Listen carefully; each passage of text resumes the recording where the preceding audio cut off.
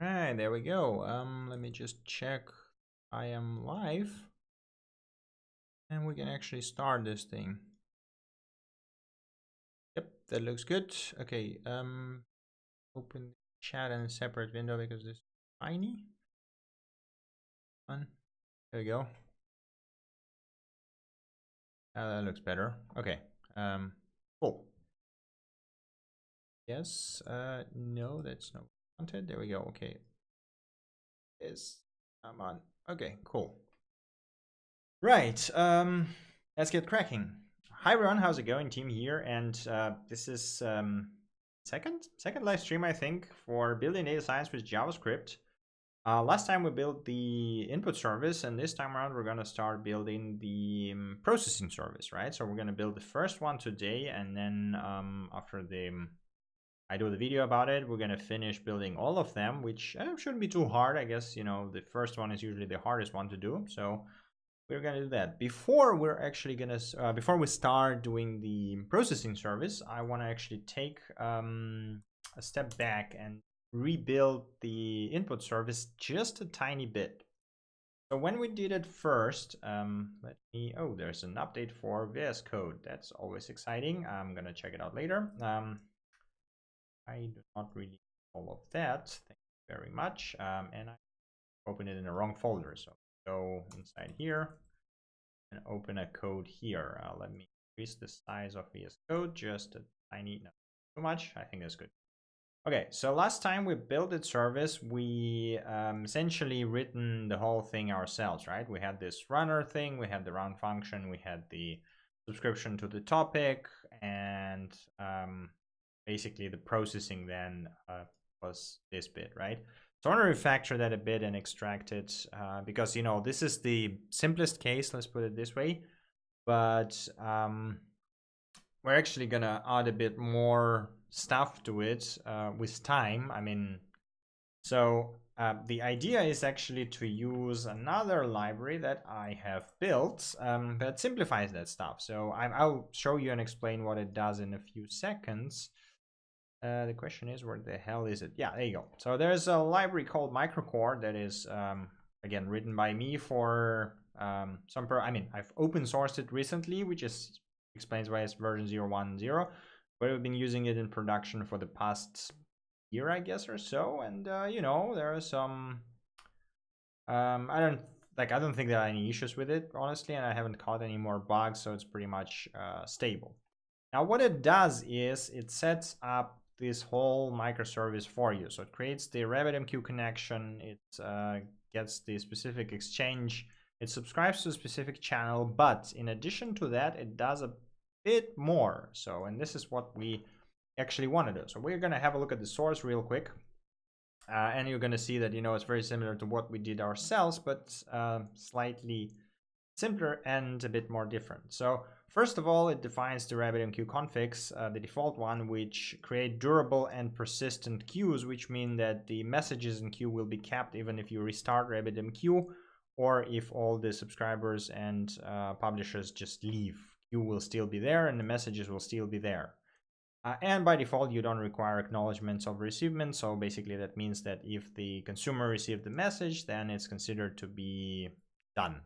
So no acknowledgements, no stuff like this, basically. Right, so how does it work? Well, the startup is pretty simple. We create the new microwork instance, we connect, and we create the queue with a given queue config. After that, we actually register a status plugin, which I will show you in a second. So this is one of the interesting bits. So basically, the idea is that once we start processing, we don't really want to manually say, you know, I want to process with this, with this, with this, with this, because we don't know what kind of services will be online and what kind of what kind of processing pipeline we will have in the end, right?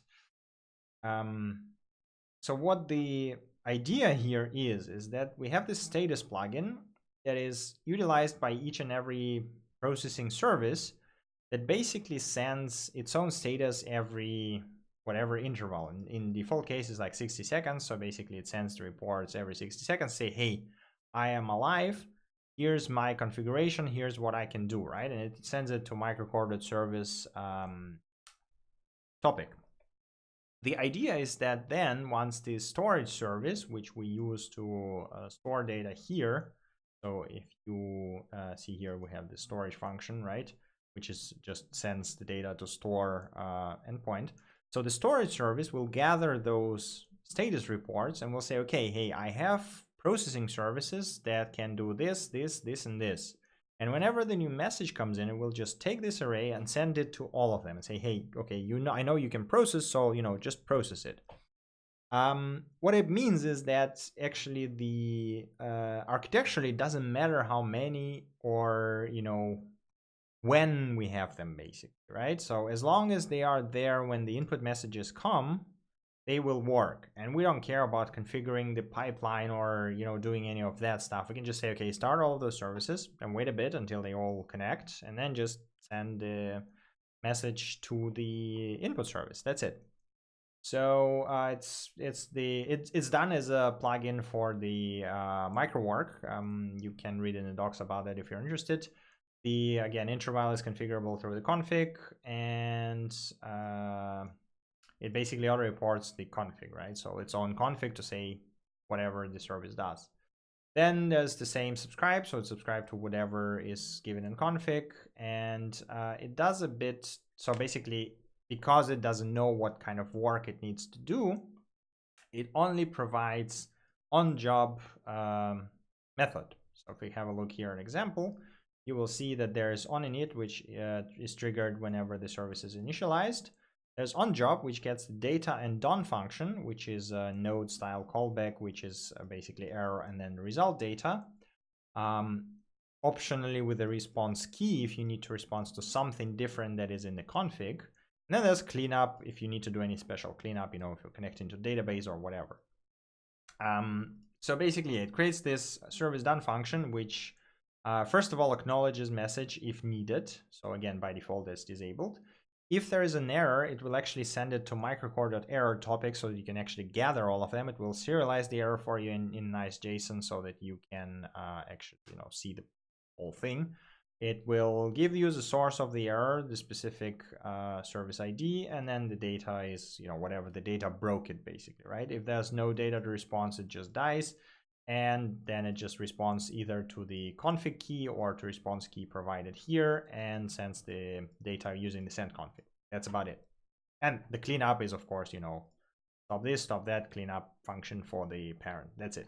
So basically, it's very simple. It's again 80 lines. It's super simple. It's just I don't want to write this boilerplate every time we build a processing service. So I'm thinking I screwed up a bit and I said that I want to refactor this one, and we don't need to refactor this one because it's not a processing, right? It just waits for the OpenCritic and then sends it to storage. So we don't really need to touch that.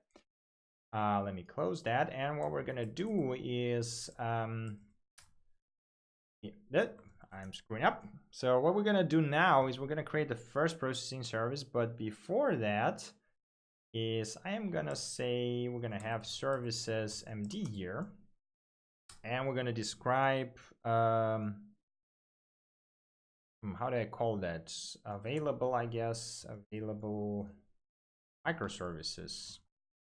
So we just for myself, mostly to not forget what the hell are we doing here, I'm going to describe what we actually have here. So we're going to have OpenCritic input service. And yes, let's do it this way. Input service that gets data from OpenCritic API, right? So split it into a bit more. So just some slight planning, right? So just to keep it somehow organized. We got inputs, we got processing, and we got output. Essentially, output is going to be REST API, and output is going to be UI. Processing. So what are we wanted keywords? So for now, I'm just going to put in whatever we planned for. We wanted entity extraction. We wanted sentiment analysis. And did we actually want anything else? Let me have a quick gander at the YouTube thing. Let's see my channel. I think I described all of that in the second video, right? Part 2 micro. No, yeah, I think I did. Okay, try that. I hate hearing myself. I don't know why. Let's see. Here's the picture. So I got processing. No, not really. So I guess the first one then, right? Yeah, there we go. Okay.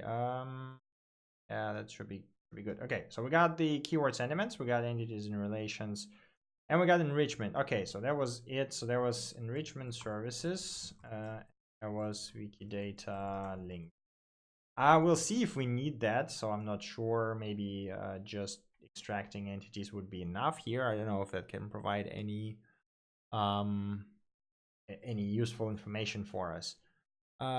Yeah, Renato, I think it's a pretty common thing that people mostly hate hearing themselves on a recording. I mean, I don't like, I wouldn't say I hate it, but it's definitely like, feels a bit awkward. Let's put it this way.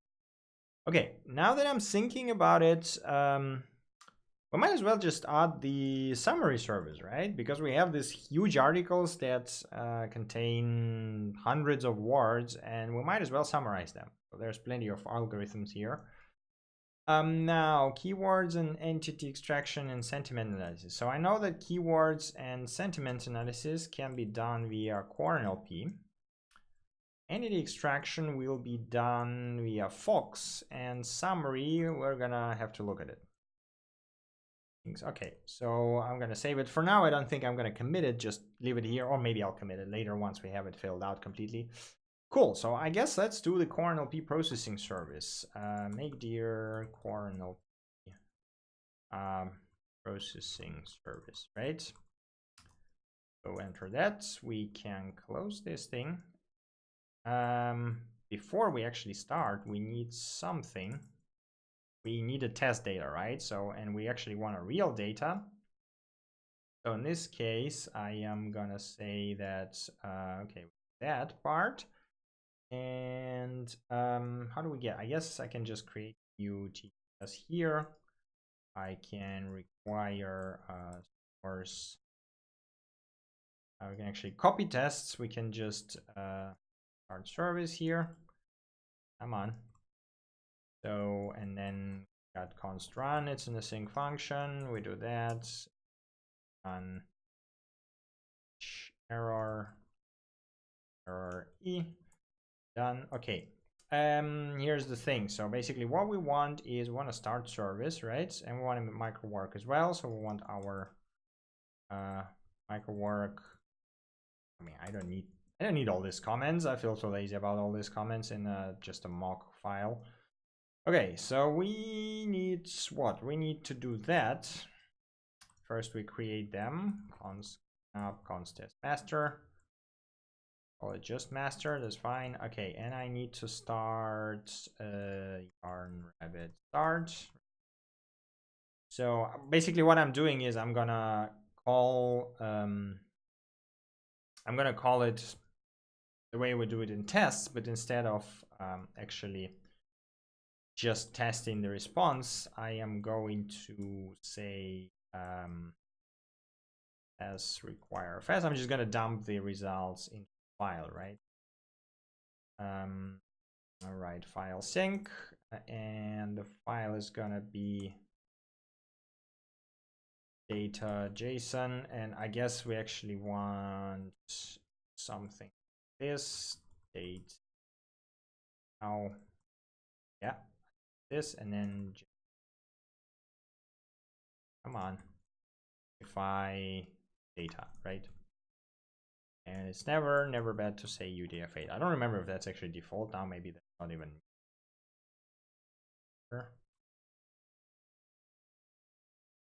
Console log saved. We basically need a couple of files. Yeah, that we not look. Come on, there we go. Okay. So we are okay. Game requests in this case. Sure, why not? Let's request Destiny 2. I mean, it has a lot of reviews, so shouldn't be a big problem.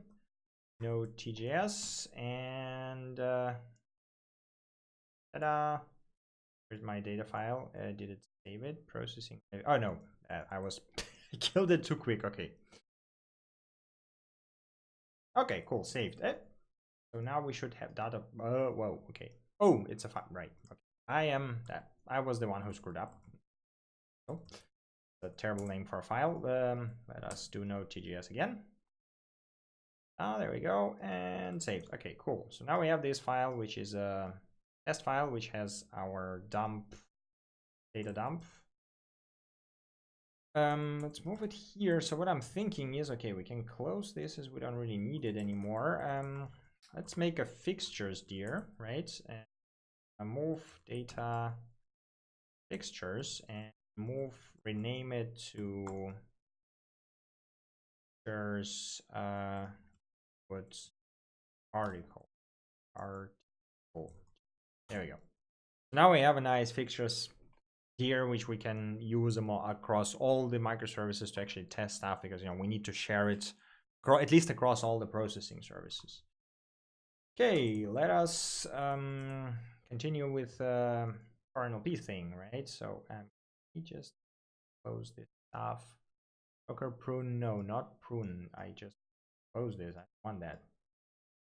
Okay, so what we need, npm init -y, that stuff. Let's check. So it's gonna be 0. I don't know why, but I always start from 0, 1, 0. It's probably not the best thing to do, but whatever. So CoreNLP based article processing microservice. There we go. Okay, we need what? We need yes. We need source folder, source, and we need here now. Okay, as I said, we are going to use microcore in this case, and add microcore, but we still need to add microwork for testing, right? Because even if we have microcore, there's no way to access microwork directly and actually send those requests to test stuff, so we will add both. Okay, now what we are gonna do here is let me just be easy and copy wrong thing. This is what we want to have as the entry for everything, right? And now in our source file, we're gonna have exactly this thing. So this, and I guess we're gonna just create, whoops, create config.js over here, and it is gonna be ports ID. It's gonna be called CoreNLP. Exports type is gonna be processor, right? Because this is a processing service. Exports Rabbit will be host is gonna be localhost for now. Exchange is data science. This is what we used. Check real quick. We actually need to, well, tiny. Wait a second. Where's we? Yeah, there you go. Data science. Okay, cool. We would actually need to change that a bit once we start deployment, because right now it's hard coded to localhost, and that's not gonna work when we start packaging that into Docker, right? So okay, there we go. Now we don't need that. 60 seconds is fine for us. Response key is so basically what is gonna send it back to. So the way it will work is that input sends it to storage, right? Storage says, hey, I can send it to processors that are in this array. And processors should send it back to storage, but storage should actually know that it should update the existing document, but not save a new one, right? So we can do that either by reserving the underscore ID, or whatever the ID in the database we're going to use, or we can just use an update key in this case. I guess we're going to go with the simple case and just say, hey, listen for updates and update whatever is in the database. But we'll see. Maybe let's do store for now, and then see once we start writing the storage service if that's enough or not.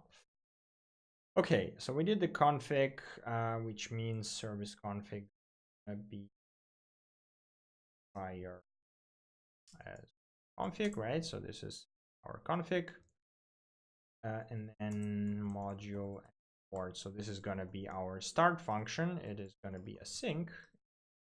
It is gonna look like this, right? Turn. I guess we don't really need anything else here. Return the shutdown. Whoops. Oh, okay. Just do this. Right, cool. So this is gonna be CoreNLP processing service started, and on work for now, we're just gonna, we don't need that. We don't need that. Actually, all we want, right? Log data. Or just return it back. We don't really need any cleanup here either. So, you know, this is our basically very basic processing microservice. I'm gonna be lazy and do the TJS thing again. I do it everywhere. This is not the best way of doing it, but you know, it works. So hey. Okay, so we got our micro work. I guess I don't need a thing here. So data science, we're gonna send it to, gonna read the config here, const fire on, come on, config, and this is gonna be config result key, and this is gonna be config ID, right? And this is gonna be data equals file system read file sync. It's gonna be fixtures, and come on, that was fixtures. I thought, there you go. Import article JSON. Actually should be to JSON. There we go. Data. Cool. Okay. And here response data, right? So we just see how that will work. Okay, so in this case, it should just return the exactly same thing. Let me fire up this second. Yeah, right. So another thing we want is take the package JSON and copy all the scripts, right? Because they will be exactly the same here. Okay, docker ps -i. We got our rabbit running. So npm or yarn start, whatever you like. Cool. So we got our, as you can see here, it also uses microwork. So you can see the logging from microwork here, and then microcore logging as well. And as well, you can see the keep alive pings to the microcore service. Okay. Increase here as well. And now we can say yes.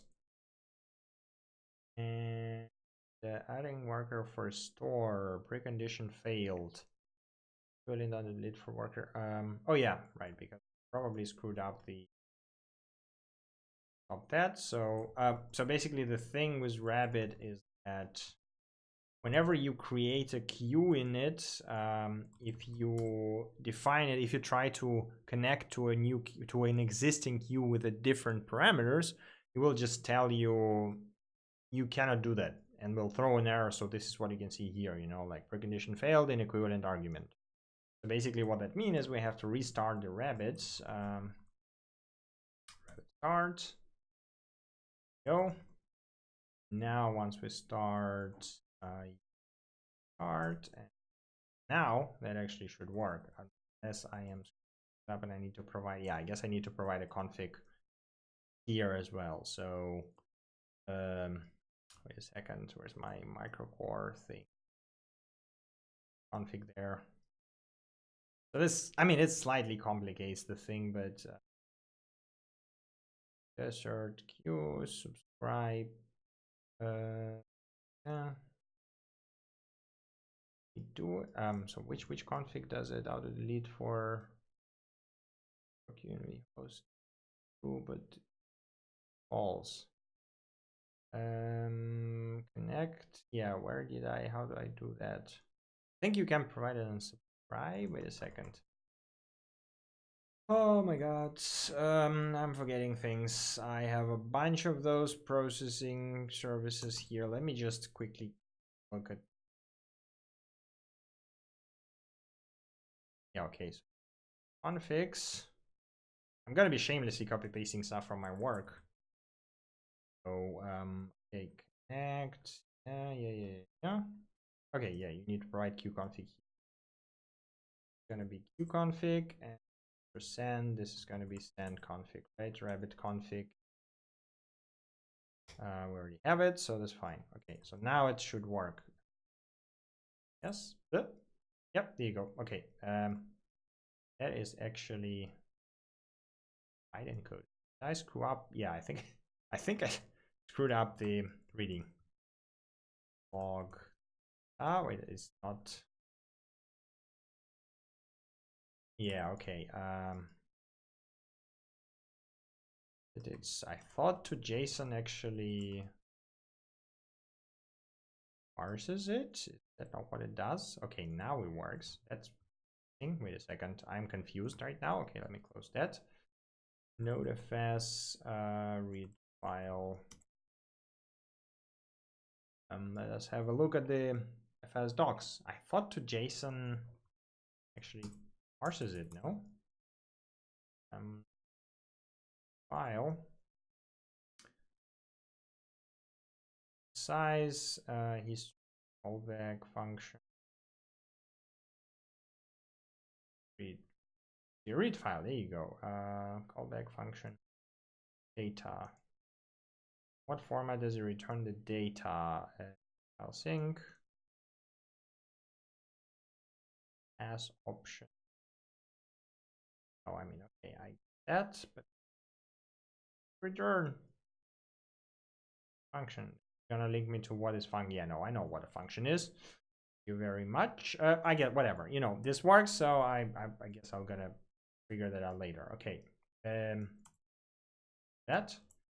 Now, if we do that, exactly, there we go. So we actually send what's supposed to be there and then get a response. Okay, so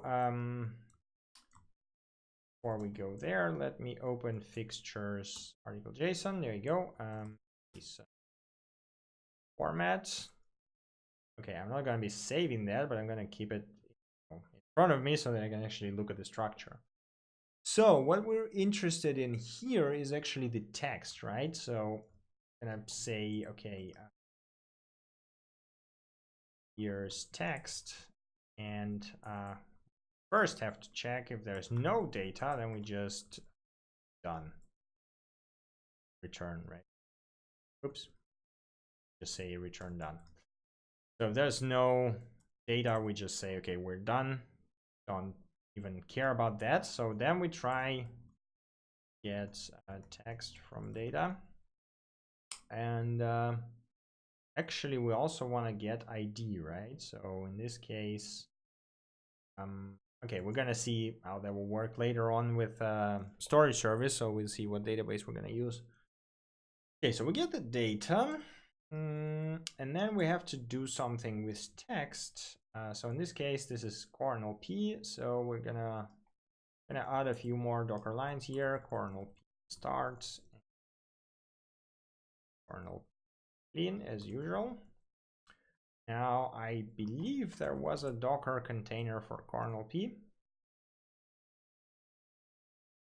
Nice, CoreNLP. So in case you're not familiar, CoreNLP is a really great natural language processing software from guys back in Stanford, and it has a ton of things it can do. They don't even fit on the screen with that zoom. So as you can see here, you know, sentiment analysis, natural logic, consistency parsing, named entity recognition, part of speech lemmatization, tokenization, whatever you can imagine, it's all here, and it's basically state of the art. So you can use it in a bunch of methods, including Java API. Luckily for us, we don't really need that because there is a nice server. So I believe this one is, oh, a second. There was a one that was automated build that is most downloaded. and had quite recent builds 10 months ago. Which one was the latest actually? 3.8, and that was when 2017 6. So that was like 5 months ago. Okay, now we have to find the one that was updated like 5-6 months ago. 3 months ago. Mouse, come on. Mouse. Don't tell me the battery's dead. Oh. Come on. There we go. Okay. Yeah, that looks good. Okay, so we are gonna use that. Let's just have a quick look at the repo and Docker file. Okay, yeah. I mean, the app itself is very straightforward. So Docker run minus the name is going to be as CoreNLP. And then I think it's 900, right? Port 900, and it's going to be Docker stop DSP and Docker rm ds CoreNLP. There you go. Cool. So yeah, let us first actually pull that image because I'm not sure if I have. Whoops. I have the latest one, because you know, if I don't pull it I might end up using the older version and that might break things. Not something we want. Okay, latest one. Yarn or no start. There we go. Cool.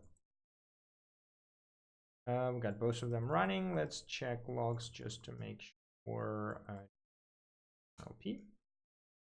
Okay, good. Now, where do they have that description of the API? CoreNLP server there. Okay. Yeah, blah blah blah blah blah. Okay, the question is localhost 9000. Do they have a UI for it? I don't remember. Yeah, they do have a UI. Cool. So basically, we can actually. Yes, I can. Oh, I can increase the size of the DevTools. Didn't know that, but good to know. Makes sense. I mean, but right. So the easiest way to actually test something is to take the snippet of text, for example. So we want kill all of that. We want what? We want sentiment and we want keywords, right? I don't know if I remember how are they called here. Ooh, they have Wikipedia entities now. That's something new. Named entities part. Wait a second. They had keyword extraction, didn't they? No, they didn't. Okay, then I was completely mistaken here. So they don't actually have keyword extraction. Yeah, I guess it's gonna be just sentiment processing. Okay, so this is what kind of request we do, and they actually show you the results quite. I mean, in this case, it's just sentiment, but if you would run something more complex, you would actually get a visual representation of results, which is kind of great. Okay, so we got this query. Let us write down the config. So CoreNLP params query that we are going to be always operating in English. So, you know, in our case, this is not a problem. Obviously, if you are going to work in multilingual space, that might be a bit more tricky. I don't think we need to provide date here. Okay, and form data is just basically form data encoded string, right? Okay, we also need fetch mean. It means so input service JSON. What was it? No fetch yarn odd no fetch. Stop that, I guess. Okay, cool. Just be easy and do this. npm package a bit. Right, so we get a text. We need to say fetch.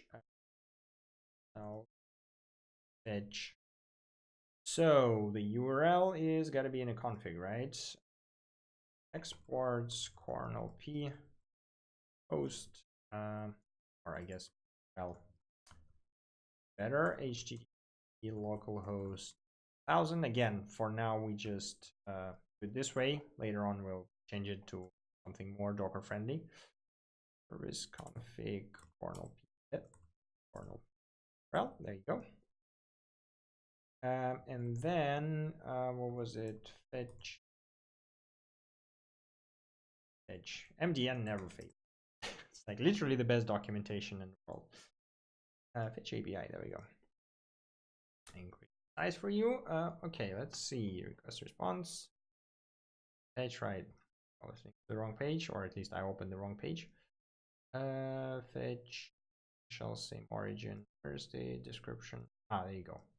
Okay, so the method is post. Okay, so thing method is post. Headers, we don't care. So what we do care about here is query. Link to the description. Request constructor, passive fetch argument. Clone headers.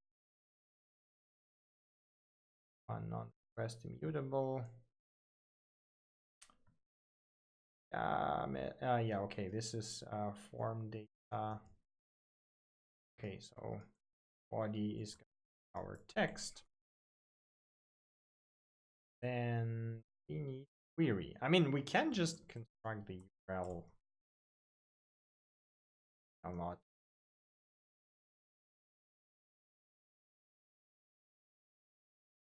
On. So we got this URL, and then we need to say pipeline language English. This actually look. I mean, I guess I can just copy that part, right?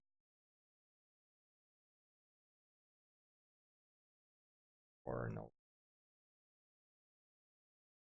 There you go. Okay. Query, and we just do this. Okay. I mean, I guess we don't really need. Come on, man. Oh, okay. No, that's a terrible way. I don't like it. Let's find the correct way of doing it. As much as I'm lazy, I will be happy to just copy paste the string. Oh, that looks terrible. Okay. Fetch. As fetch parameter. There has to be a description of a config somewhere, right? Query. What about query params? There's a GitHub page issue for that.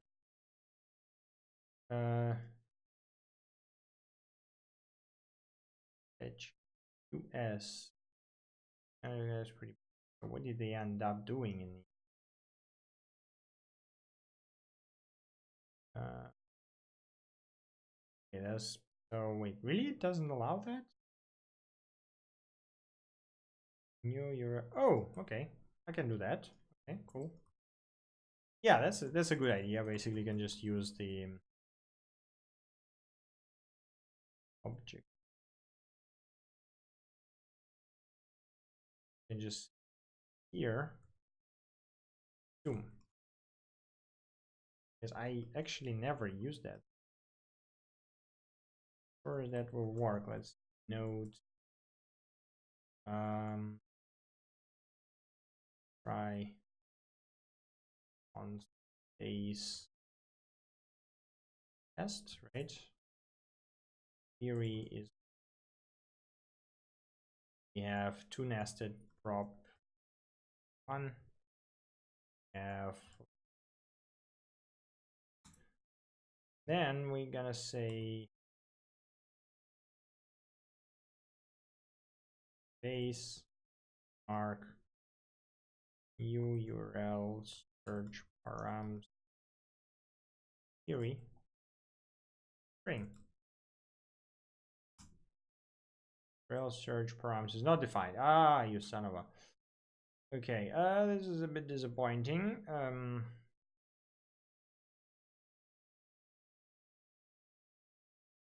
Not a node.js. I guess it's not. Is browser actually used right now? Yeah, cut off. Yeah, it is there. Okay, so it's something is browser only. Surprising, to be honest. I believe Node actually had URL module, right? That can help us. So URL from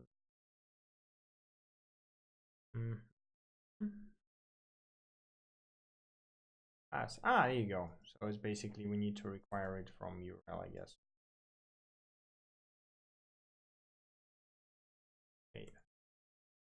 Go. Okay. And exactly here and this. That doesn't seem quite correct. Have a constructor of sorts. String. So it can construct from string. It can construct from object. Yes, this is what I'm trying to do. Oh, I guess I don't really know. This to string, right? New URL search params, then object, and then to string. Okay.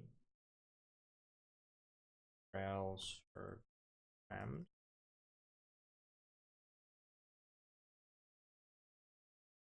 Guess it doesn't like nested objects. Okay then. You know what? I'm too lazy to do that. So properties. Add component. Come on, God. So, it just literally stringifies it. Okay. String this. Case we don't care about the date. We only care about that, right? And there we go. So carry string. We can just go code URI component query string, right? To make it slightly more testable, let us create a file called vue.js. Basically,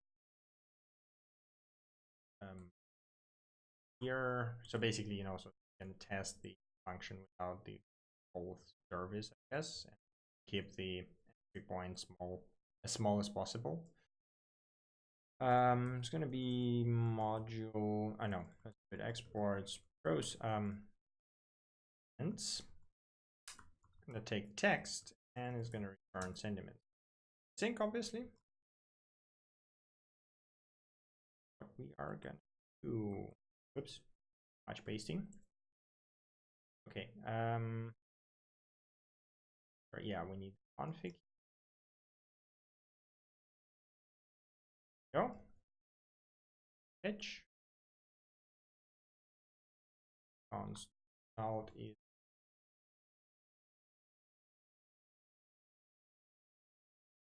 packages. There's gonna be const typos. Or yes, thank you very much. Sentiments, text. I think, right? Oh. Turn out. Now, okay, so we got that. Post with body as text and read.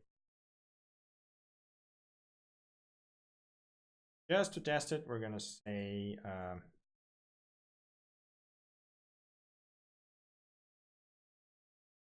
a text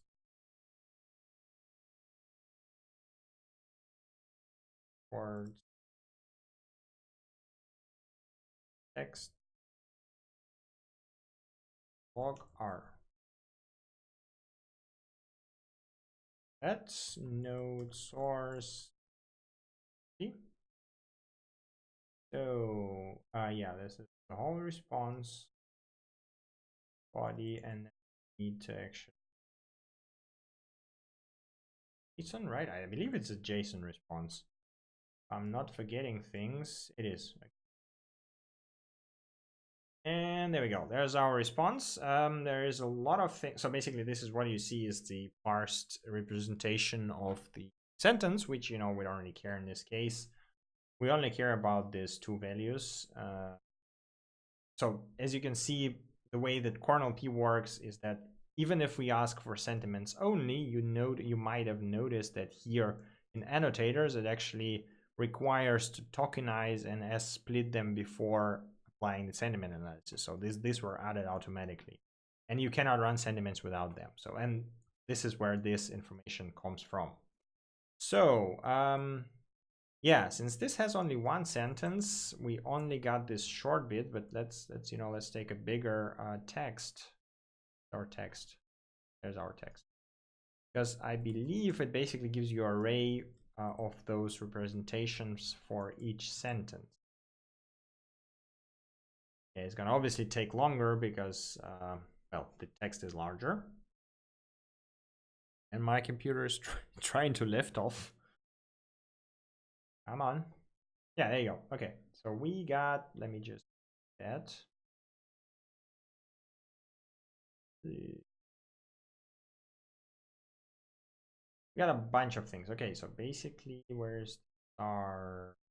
Yeah, there you go. Actually fit in my terminal, which is a good... Is it just array or is it under some flag? Sentences. Okay, so result, and then we basically say sentiments. Yes, it's going to be a result, sentences, map. So we're going to map sentence, and we're going to just say, we're going to have an object which will have just two fields because we don't care about, as I said, everything else. I'm going to say sentiment value as going to be as sentiment, right?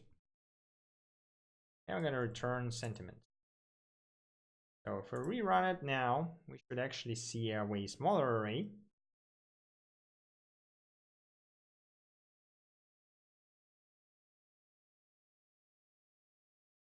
I guess. Okay, there you go. Okay, cool. So now we only have sentiments. So this is going to be a sentiments array. I'm going to do it this way. Total sentiments. And then we have... I guess we can call it total sentiment value. So, yes, yeah, I guess we can just use bars, right? Better. Total sentiment value, we're gonna say sentiments let's reduce previous current. We're gonna start with 0. We're gonna say that it's gonna return previous plus current, right? But those are actually, as you can see here, they are strings. So what we want to do is, plus I'm now mapping over just those, so we're going to map them. There's going to be s as value, group rs int. There you go. We can provide the radix for a better thing. Okay, so this is going to calculate the overall thing, and then we need to divide it by sentiments length, right, to get the average basically. And then total sentiment. Now I need to remember how I think it was like from 0 to 2 it was neutral.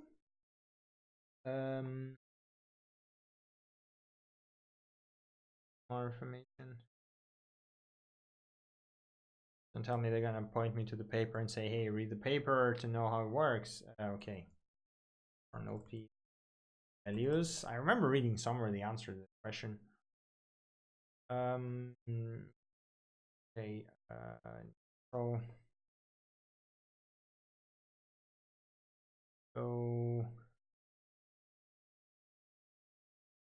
okay, this is like Java stuff. We don't really need the detailed information. Biggest result. Very negative. Okay, there you go. So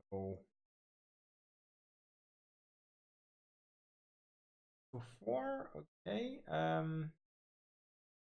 So basically, we need. I guess we just say math floor, right? Then we say So that actually have any very positive, and no, not in this example. Come on. Okay. Say very negative.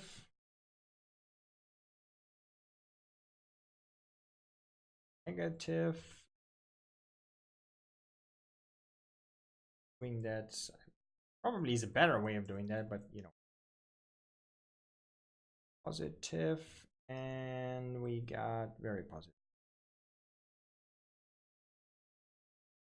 And we just say out of total sentiment. Okay. So in theory, if I run it now, we should see an object that will have the array of sentiments, and in addition, those two total sentiment values and sentiment string. Total sentiment is 1, and total sentiment is negative. Kind of interesting.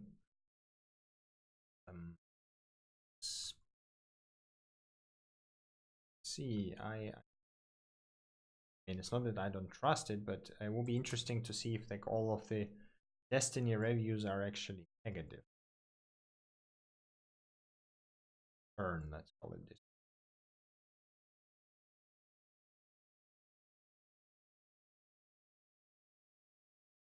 The process slash like line breaks correctly. Let's check. I think it should. You might need to clean the string before sending. No, it's good. Okay, cool. Bungie's greatest triumph and overall sentiment is negative. Very interesting. Okay, but basically, yeah, that's our processing here, so we can kill that part. So now we get sentiments. Yes, wait sentiments and ID, and then we basically send back ID and the results, right? So in theory, now if I start index, you know, our service is started, and our test is here. So TTS send. No, it shouldn't have logged that.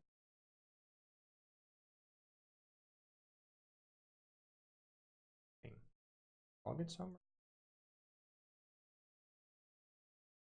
Out to string. Log in that. Oh, because the micro work log. Okay, yeah. Maybe instead it's a micro work log or just logging what it sent.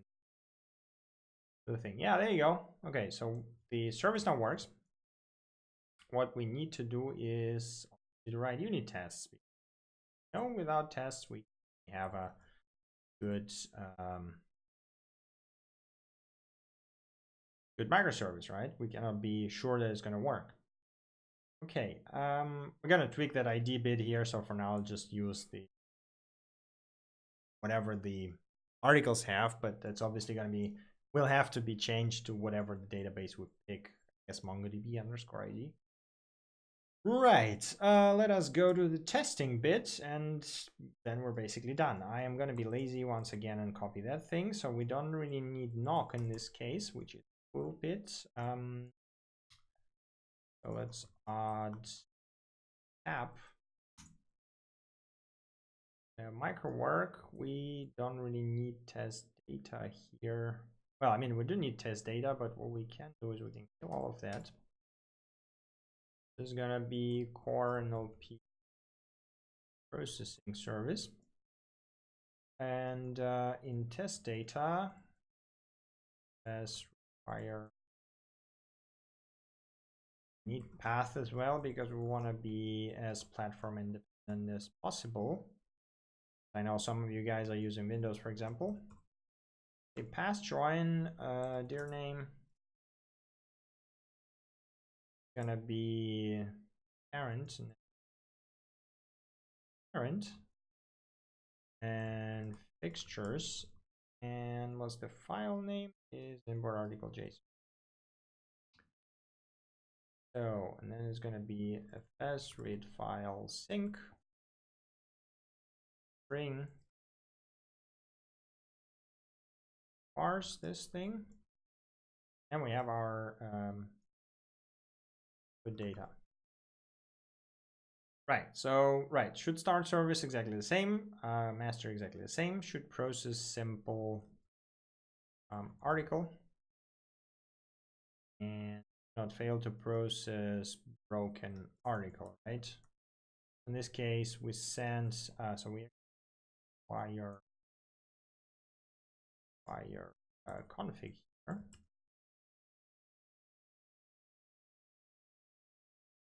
Define configs.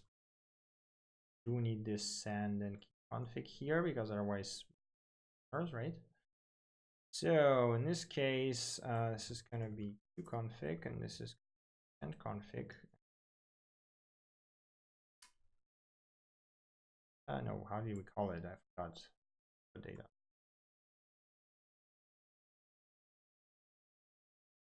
Okay, right.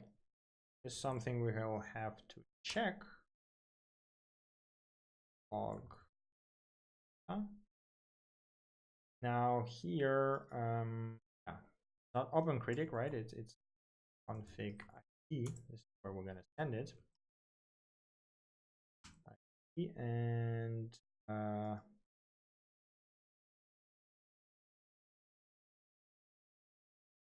what we have to check, doesn't have any text, or it doesn't have ID. Whoops. Done. Turn, right? Not process articles with on CoreNLP. Return result. Okay. Live data, and you know, this is basically our microservice. 40 lines.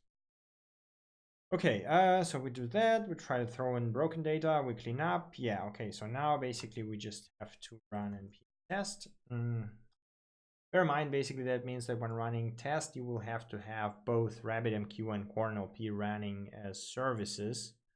Otherwise, it obviously won't work.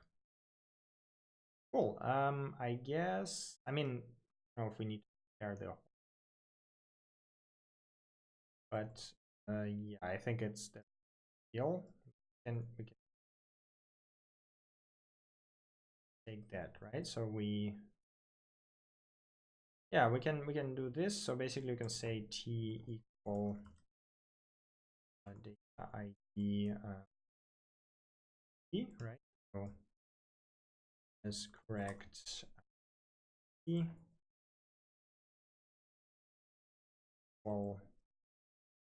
total sentiment 1, total sentiment value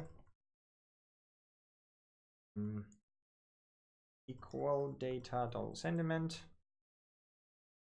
as correct total string, then console log see how much. So basically we know how many sentences are there, so it should be consistent. We might want to cut down the text because this takes ages. I mean, not really ages, but like 70 milliseconds, 44. I mean, 70 milliseconds is not that bad. When we run it, correct count. There you go. Okay, run it once again. We should have green everything, and we're basically done with the processing microservice. First one, CoreNLP. So there you go. Cool. I close this. Yeah, we're here. So let me think. Actually, yeah, I guess I'm gonna keep this. So sentiment corner keywords is something we'll have to think about. So I'm gonna have to have a look at what's the best tools out there. So I'm gonna add here CoreNLP.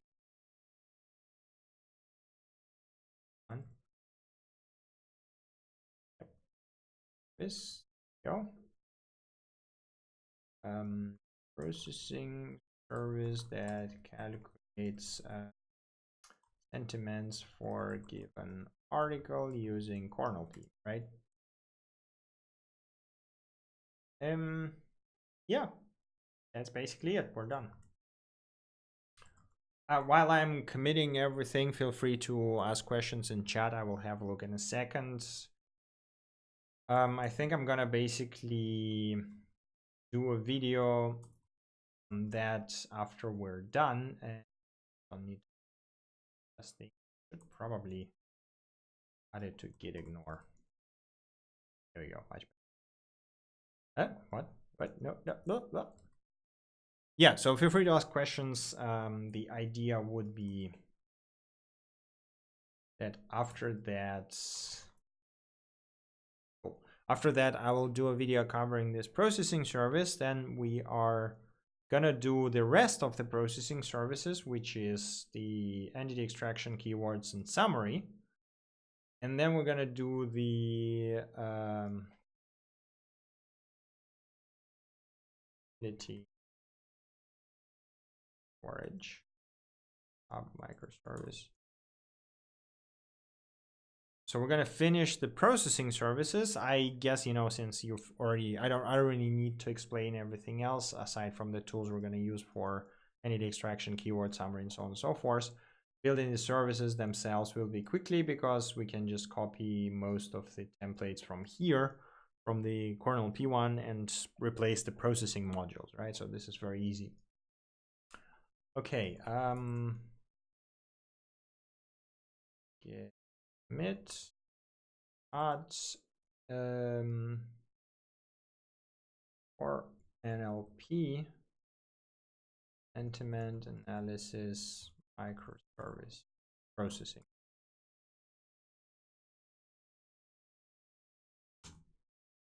We're basically done.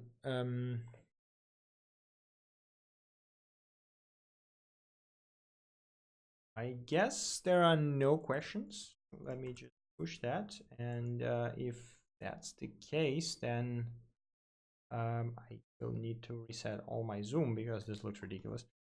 If that's the case, then thank you guys for you know, staying with me, watching me code. Have an amazing weekend, and as usual, I see you sometimes next week. Right. So it seems like no questions. I guess we can just wrap it up here. Thank you for watching, guys, and I see you next time. Bye.